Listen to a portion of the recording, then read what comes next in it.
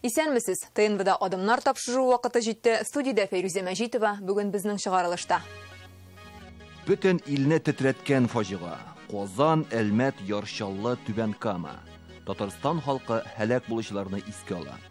Бик авыр табырга сүзләр шушы булган хәлләрдән соң, чөнки башка сыерлык түгел. Сайлау нәтиҗәсе. Нигә җиңүче бар, җиңелүчеләр юк? Мондый җаваплы эштә бит халык таләп итә ниндидер тәҗрибә, ниндидер күрсәткән нәтиҗәләр. Һәр гаиләдә берәр эшмәкәр, шыгырданда хезмәт аша рухи мирас һәм авыл ничек саклана? Бергә яшәргә тырышалар, беркем дә китәргә дә теләгән кеше юк. Гагарин кубогына такыр юл. Кемнәр өчен соңгы тукталыш, кемнәргә маршрутның башы гына. Автомобилизм менә бу икенче сериядә күрсәтте. Аларга Акбарсмы, Скамы анда. Без бүген көне буе Мәскәү өлкәсеннән килеп ирешкән хәбәрләр белән яшибез. Крокус Сити холлда булган фаҗига бөтен илне тетрәндерде. Тыныч җомга кичен сайлап, халык иң күп җыелган вакытта кереп кешеләргә атучыларның гамәле башка сыймый. 24 мартны Владимир Путин илдә матәм көне дип игълан итте. Шимбә көн дәвамында үлүчеләрнең саны сәгатьләп артты. Мәскәү өлкәсе губернаторы ял үзәгендәге хәрабәләрне аралау берничә көнгә сузылачагын әйтә. Димәк, һәлак булучыларның исемлеге зураерга мөмкин. Татарстан халкы бу фаҗигада якыннарын югалткан һәм авыр яралар алган кешеләрнең кайгысын үзенеке кебек кабул итте. Бөтен зур шәһәрләр үзәгенә халык чәчәкләр, шәмнәр, уенчыклар алып килә. Казан үзәгендәге Бауман урамы. Гадәттә кеше монда очрашулар билгеләсә, бүген исә монда халык чәчәкләр, уенчыклар китерә. Олысы да, кечесе дә бүген иртәдән үк шушында агыла. Күзләрендә яшь, күңелләрендә борчу сагыш. Мәскәү өлкәсендә булган хәлне бүген һәркем үз фаҗигаседәй кабул итә. Мемориал көн үзәгенә үк чәчәккә күмелгән иде. Вафат булган сабыйларның истәлегенә курчаклар, йомшак уенчыклар, машиналар китерәләр.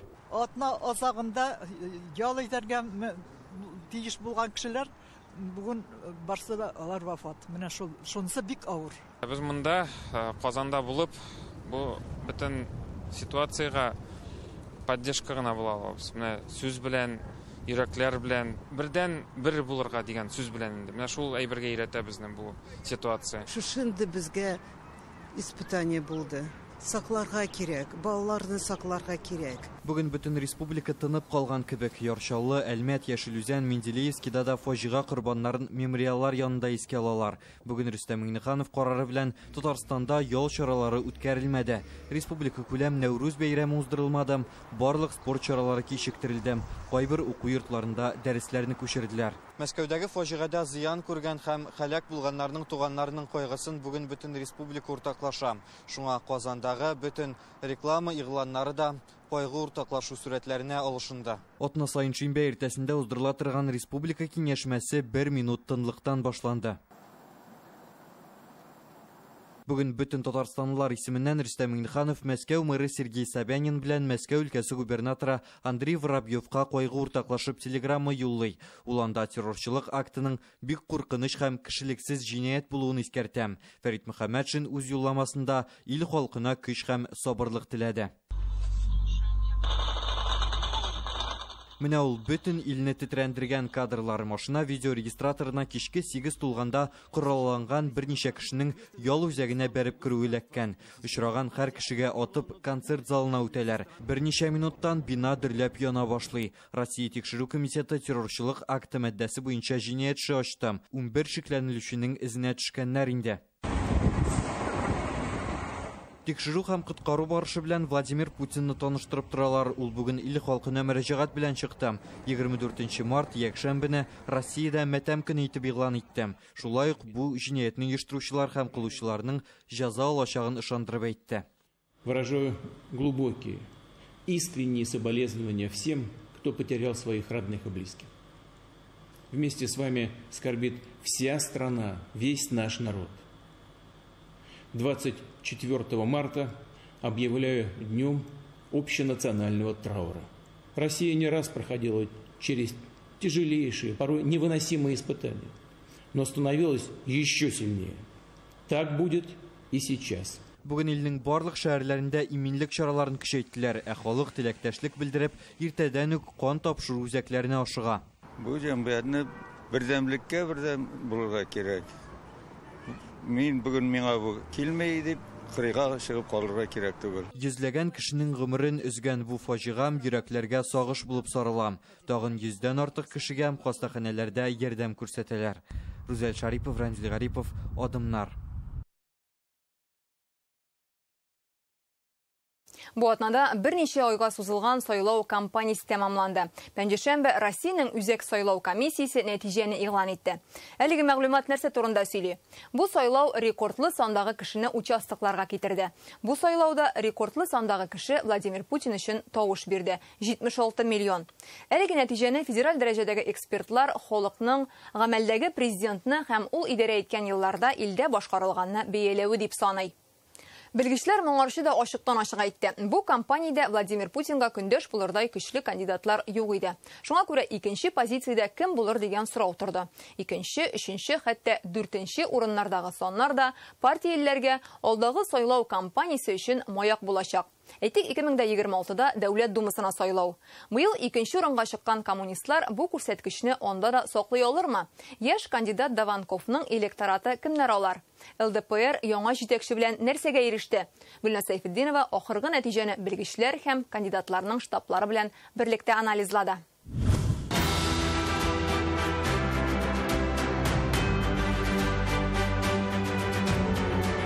Язның 3 көнендә халык киләсе 6 елга илнең киләчәген сайлады. Бу юлы президент сайлауы халыкның аеруча активлыгы белән аерылып торды. Россиядә сайлаучыларның 77%-тан артыгы тавыш бирә, ягъни 87 миллион кеше участокка килә. 2018 елгы сайлау белән чагыштырганда бу рекордлы күрсәткеч. Владимир Путин өчен тавыш бирүчеләр дә үткән сайлаулардан күбрәк иде. Бу аның 5нче җиңүе булса, иң күп тавышны ул шушы сайлауда җыйды. Ышанычлы затлары белән очрашу вакытында Владимир Путин бу җиңүне алдагы зур җиңүләргә беренче адым дип атады. Победа на выборах – это только пролог к тем победам, которые так нужны России и которые обязательно будут. Бүгенге шартларда илне алга табуда Владимир Путинның җитәкләве бик әһәмиятле. Бу очрашуда катнашкан дәүләт киңәшчесе Минтимер Шәймиев фикере. Хорошо, что Владимир Владимирович будет продолжать. Это же очень важно. Это же еще в тех условиях в мире и нормально считается нашим руководством. Это очень важно. Татарстанда 2 миллион 928 мең сайлаучының 84% участокларга килгән. Президентны 2018 елда сайлаганда 77% була. Бездә дә халык активрак сайлый. Иң югары күрсәткечләр Чечня, Кемерово өлкәсе, Кабардино-Балкариядә теркәлә.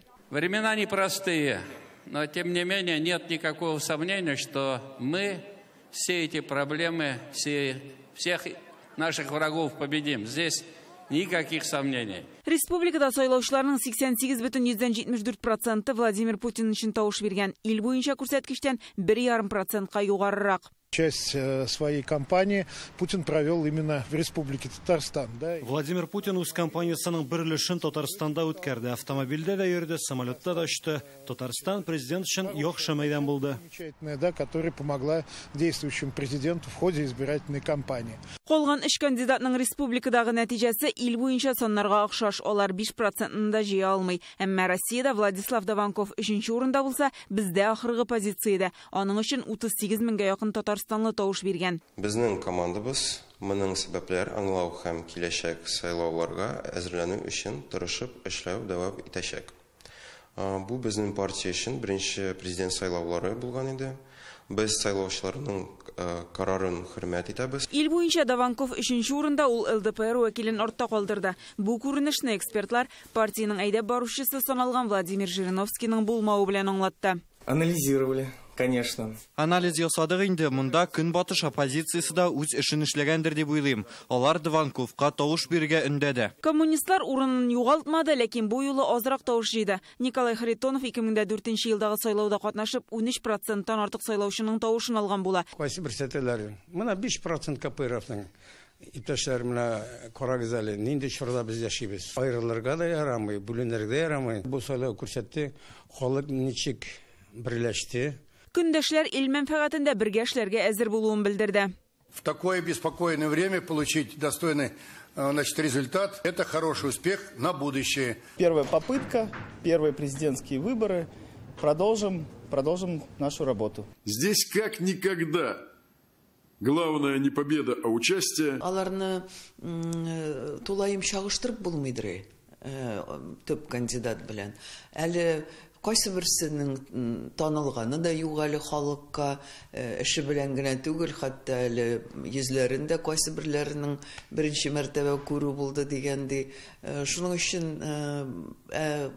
барыбер мондый җаваплы эштә бит халык таләп итә ниндидер тәҗрибә, ниндидер күрсәткән нәтиҗәләр эштә. Халыкның фикере нигездә бер төрле һәм хәзерге махсус операция барган вакытта әлбәттә монда ниндидер төрле вариантлар, анда башка кандидатлар турында уйлау миңа калса кешенең фикерләрендә башларында юктыр. Чөнки монда махсус операцияны тамамлау турында сүз бара һәм аны бердән-бер бу сүзләр миңа түгел, бу сүзләр әйтелде инде бердән генә кеше аны тамамлый ала һәм бу кеше өчен тавыш нигездә бирелде дә. Без бик көчле җитәкчегә тавыш бирдек. Татарстан бик актив катнашты бөтен Россия күләмендә. Яңа хөкүмәт килгәч, менә бу бөтен кешеләрнең өметләрен акланырга тиеш. Сайлауның ничек узуына килгәндә, зеленка белән мавыгучыларны исәпкә алмаганда, сайлау барышына комачау итәрдәй хокук бузулар теркәлми. Аны соңгы 13 елда иң тыныч сайлау дип бәялиләр. Читтән басым булуга карамастан, сайлау кампаниясы юшкан төстә узды. Закон таләпләре үтәлде. Тавыш бирү кампаниясының ачыклыгына игътибар зур булды. Беренче нәтиҗәләр матди техник әзерлек, мәгълүмати эшчәнлекнең нәтиҗәлелеге турында сөйли. Шулай итеп, бу сайлау үз саннары белән тарихка керәчәк. Ил 2030 елга кадәр үсеш юлын сайлады. Гөлназ Сайфетдинова, Рәмзил Гарипов, Адымнар. Без хәзер күрше Чувашия Республикасындагы Шыгырдан авылына күчәбез. Татарстаннан читтә көчле икътисады белән аерылып торган авыл ул. Монда 5349 кеше яши. Гаҗәеп саннар. 1028-е үз эше белән шөгыльләнә. Димәк, һәр 5нче кеше урта предприятие хуҗасы, эшмәкәр, үз мәшгуль. Авыл нигә бетә диючеләр һич шиксез Шыгырданга килеп мастер-класс ала. Бер яктан авылны эшләп яшәүләрен нык итсә, икенче яктан рухи мирас көчле. Хәзер йортлары белән ураза тоталар. Монда бер үзенчәлек бар. Күпчелек гаиләләр әби-бабай белән бер нигездә яши. Бу исә бала тәрбиясендә буыннар чылбырын саклый. Шуңа күрә ураза тотучы балалар да күп. Бу атнада Чувашиядә 3 төрле ифтар уздырдылар. Балалар, хатын-кызлар һәм ирләр өчен. Республика җыенына татар эшмәкәрләре төбәге Шыгырдан, Урмай, Тукай авылларыннан килделәр. Милләтне дин аша саклауның Шыгырдан үрнәге безнең алдагы репортажда. Атнасрауны күңелгә рәхәт инде. Татар атсыз яши алмый, шулай бер бартайм. Алар хуҗалыгында атлар да, башка мал-туар да күп. Пазюковлар ит ризыклары җитештерә. Хәләл колбаса ясап, аны төрле төбәкләргә саталар. Данлыклы Шыгырдан авылы эшмәкәрләре алар. Авылда хәләл ризыкны гына ашыйлар, күп кеше диндә. Без 2013 елдан бирле хәләл колбаса җитештерәбез. Бездә инде хәләл продукция гына, күбрәк ат итеннән эшләнелә, сыер итеннән. Хәләл әйбер инде ул бик яхшы продукция, чиста дигәннән атап бит инде.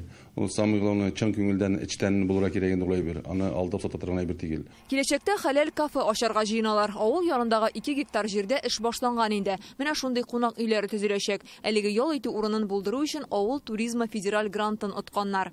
Безнең авылда үзгә кунакханәләрдә дә даже үтә хәләл туйлар, хәләл юбилейлар үткәрәләр инде. Бик әйбәт әйбер. И җәйкене балаларны лагерьга алып килергә, у чират белә. 6000-гә якын кеше яшәгән Шыгырдан авылында хәләл мәҗлесләргә ихтыяҗ зур һәм елдан-ел арта. Бу диннең көчле булуыннан килә. Менә авылның үзәк җамиг 3 сахаба мәчете. Коръән дәресләренә балалар 5 яшьтән йөри. Авылда берничә мәдрәсә эшли. Быел 130 бала дин сабагы алган инде. Аларга Рамазан аенда Коръән бүләк иттеләр. Мин беренче Аллаһ Тәгалә өчен Коръән укыйм һәм үзем өчен өйрәнәм аларны. Мин 5 ай мәчеткә җөрим, шунда Коръән укырга өйрәндем. Гарәп алфавитын өйрәндем. Монда балалар да ураза тота. Алар өчен аерым ифтар оештыралар. Уразаны беренче көннән үк тота башладым. Бөтен гаиләбез белән тотабыз. Әни, әти, абый, апа. Рәҗәповлар гаиләсе шәригать кануннарын үтәп яши. 2 кызлары һәм уллары бар. Әти-әниләре үрнәгендә тәрбиялиләр. Йортында әти әнисе диндә булса, намаз укып, шулай үрнәк булып, аларга балаларына шулай балалары да шул юлга мәдрәсәгә тартыла. Әлхәмдүлилләh шөкер, мәдрәсәләребез эшләп тора. Шулай ук сәбәп дип уйлыйм, әби бабай яныбызда булуы. Алар безгә балаларга гына түгел, безгә дә, яшьләргә дә үрнәк күрсәтәләр. Чувашиядәге татар авылларында борынгыдан килгән күркәм гадәт 3 буын вәкиле бер йортта яши. Әби бабайлы йортта традицияләр саклана. Телне, динне саклау өчен, олыларны зурлау өчен бергә яшәргә тырышалар. Беркем дә китәргә дә теләгән кеше юк. Әйткәнемчә, безнең йортларда 4 буын бергә яшәүче гаиләләр бар, һәм алар дус, тату булып яшиләр. Зур кешенең эшләп калдырган эше ул балаларга тәрбия биреп калдыруы. Менә мондагы халык мөселманнар шуны аңлый һәм алар балаларны безнең киләчәк буын иттереп күрәләр. Һәм балаларны бик үстерәләр дип әйтим инде. Бу атнада Чувашия татарлары хатын-кызлар ир-атлар өчен аерым залларда ифтар уздырды. Анда милли мәдәни тормышта актив катнашкан хатын-кызлар балаларын СВОга озаткан әниләр дә килгән иде. Дөньядагы беркем дә ахиратны бирә алмый. Берсе дә бирә алмый. Каягына утырсалар да. Аны ихлас күңел белән генә, ихлас бәндәнең дуасы белән генә алып булды. Рамазан менә шундый кадерле кунак. Ир-атлар ифтарына Татарстан премьер-министры урынбасары Милли шура рәисе Фасыл Шәйхразиев килде. Татар милли мәдәни тормышында актив катнашучыларга дәүләт бүләкләре тапшыра.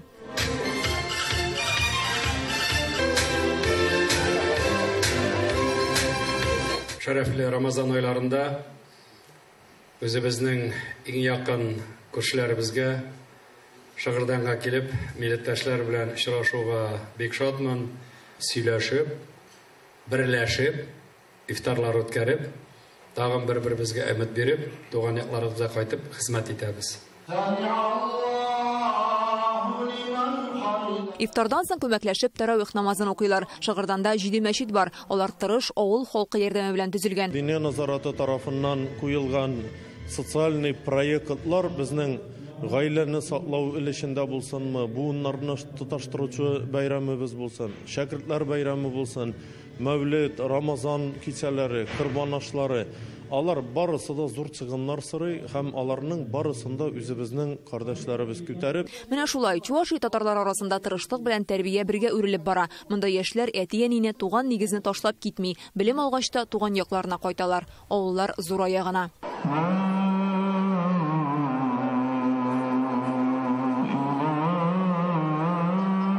Феруза Мәҗитова, Данил Филатов, Адымнар. Бу атнада Татарстанның югары суды халык теленә Идел буе маньягы дип кергән Радик Таһировка карата хөкем карары чыгарды. Суд аны 31 кешене үтергән дип тапты һәм гомерлеккә ирегеннән мәхрүм итте. Башта төрмәдә, аннары махсус режимлы колониядә булачак. Бу хәл Татарстан өчен 21 гасырдагы иң җан өшеткеч җинаятьләрнең берсе. Шулай ук аны ачу буенча озакка сузылган криминал кыйссаларның берсе дип санала ала. Ул Россия күләмендә дә корбаннарның саны гаять күп булуы белән аерылып тора. Радик Таһиров үз гамәлләрен илнең 15 төбәгендә кылган дип саный тикшерүчеләр.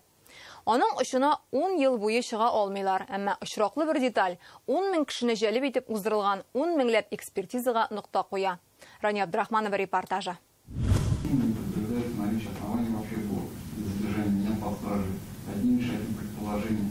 Бу атнада әйтелгән соңгы сүзендә Радик Таһиров кабат-кабат үзенең гаепсез булуына басым ясады. Тикшерүчеләр китергән бөтен дәлилләрне инкар итеп барды.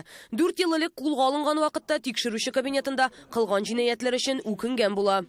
А вы помните, сколько жертв на вашем счету? Много? Нет, не считал. Вы совершали убийство с целью ограбления, да? Ну, так получается, да. Только приехали, через 3 года вот такое случилось. Радик Таһировның беренче корбаны Нәсимә Ишмуратова 90-нан узган карчык булган, ялгыз яшәгән. Әнисенең үле гәүдәсен 2011 елда кызы таба. Мама утром сходила к 9 часам в банк. Әни иртен банкка барган булган, ардым ятып торам дип шалтыратты. Ярар шалтыратып борчымый торырбыз алайса дидем. 12ләр тирәсендә апа шалтырата, әни телефонын алмый ди. Йоклыйдыр ул, ардым дигән иде дим. Кичкә кадәр алмагач бардык, тәрәзәсендә ут юк. Күрше апаларны чакырдык та 4 кердек. Коридорда пальто селенгән, залда утны кабызсак бүлмә тузган, диванда әни ята, башына мендәр капланган. Ну, я подскочила, покрывала это самое, вот, мама лежит, подушка вот накрыта. Шуңа акша шулым очраклары Казан, Түбән-Кама, Волжск, Уфа, Екатеринбург, Иваново, Пермь, Чебоксар, Идел буйының 15ләп шәһәрендә теркәлә. Соңрак тикшерү эксперименты вакытында Радик Таһиров аларны ничек үтергәннәрен бөтен нечкәлекләре белән сөйләп бирә. Тикшерү материаллары буенча ул әбиләрне урамда очратып, артларыннан барган, ялгыз яшәүләрен белгәч, үзен я коммуналь, я социаль хезмәткәр дип таныштырып, фатирга кергән. Шуннан соң һөҗүм ясаган. Тапкан акчаларны алып чыгып киткән. Здесь, соответственно, пока не обмякал, держал. Потом здесь была кровать, соответственно. Положил им кровать. Все, и я уже начал наставлять, искать ценности, то есть деньги. Соңгы җинаятны да ул Казанда кылган дип санала. Ләлә Кузьминаның әнисенә 82 яшь булган. 83 было бы. Ул вакытта әнигә берничә атнадан 83 яшь тулырга тиеш иде. Нинди кыйммәтле әйберләре, күпме акчасы югалганын белмәдем дә. 2 бүлмәле фатирның асты өскә килгән. Әни 30-нчы, 31-нче корбаны булган. Үзенең явыз эшләрен тәмамларга җыенган булган инде ул чакта. Шәһәрдән шәһәргә күченеп йөрүе җинаятчыны эзләүне генә түгел, шәхесен ачыклауны да катлауландыра.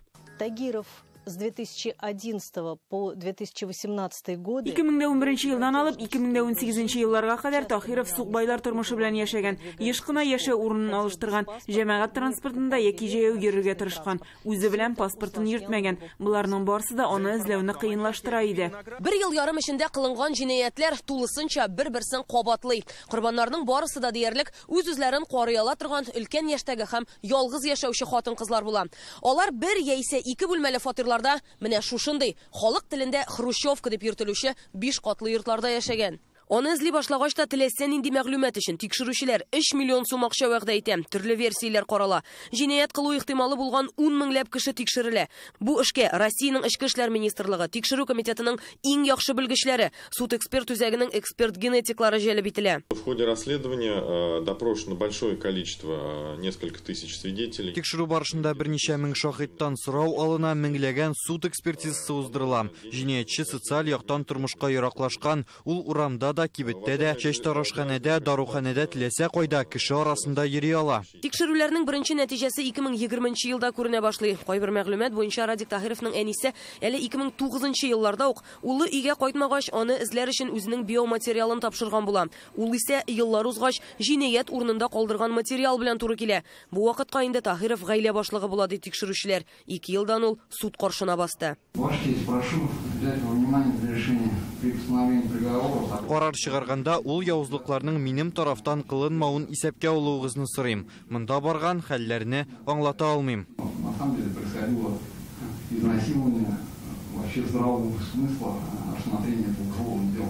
Татарстанның югары суды аны гомерлеккә ирегеннән мәхрүм итте. По совокупности преступлений путем частичного сложения назначенных наказаний назначить Тагирову наказание в виде пожизненного лишения свободы. Тагиров осужден к пожизненному лишению свободы. Таһиров гомерлеккә ирегеннән мәхрүм ителде. Шул вакытның беренче 10 елын ул төрмәдә утырачак. 2020 елның 1 декабреннән ул кулга алынган иде. Бу вакытта җәза исәбенә кертелә. Срок наказания ему зачтен период его содержания под стражей с 1 декабря 2020 года. У нас 15 дней. Безнең 15 көнебез бар. Бу вакыт эчендә апелляция шикаяте язырга җыенабыз. Без суд карары белән килешмибез. Таһиров та, мин дә гаепсезлек турында әйтеп торабыз. У нас позиция такая, не признаем вину. 2011-2012 еллардагы үтерешләр Татарстанның криминал өлкә тарихында дөньяны шаулаткан хәл була.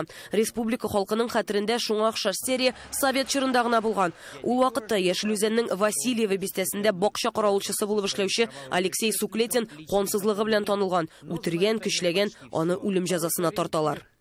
Рания Абдрахманова, Гадел Миндубаев, Рәмзил Гарипов, Адымнар. Зиннатулла Билалетдиновны Акбарста кем алыштырыр да, кайсы уенчылар командада калар. Бүген хоккей җанатарларын борчыган сораулар шул.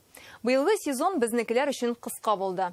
Узганында искиткеч көчле, алгарыш ясаган командадан без күпне өмет иттек. Әмма сезон безнең өчен генә түгел, КХЛның башка өметле командалары өчен дә көтелмәгәнчә килеп чыкты.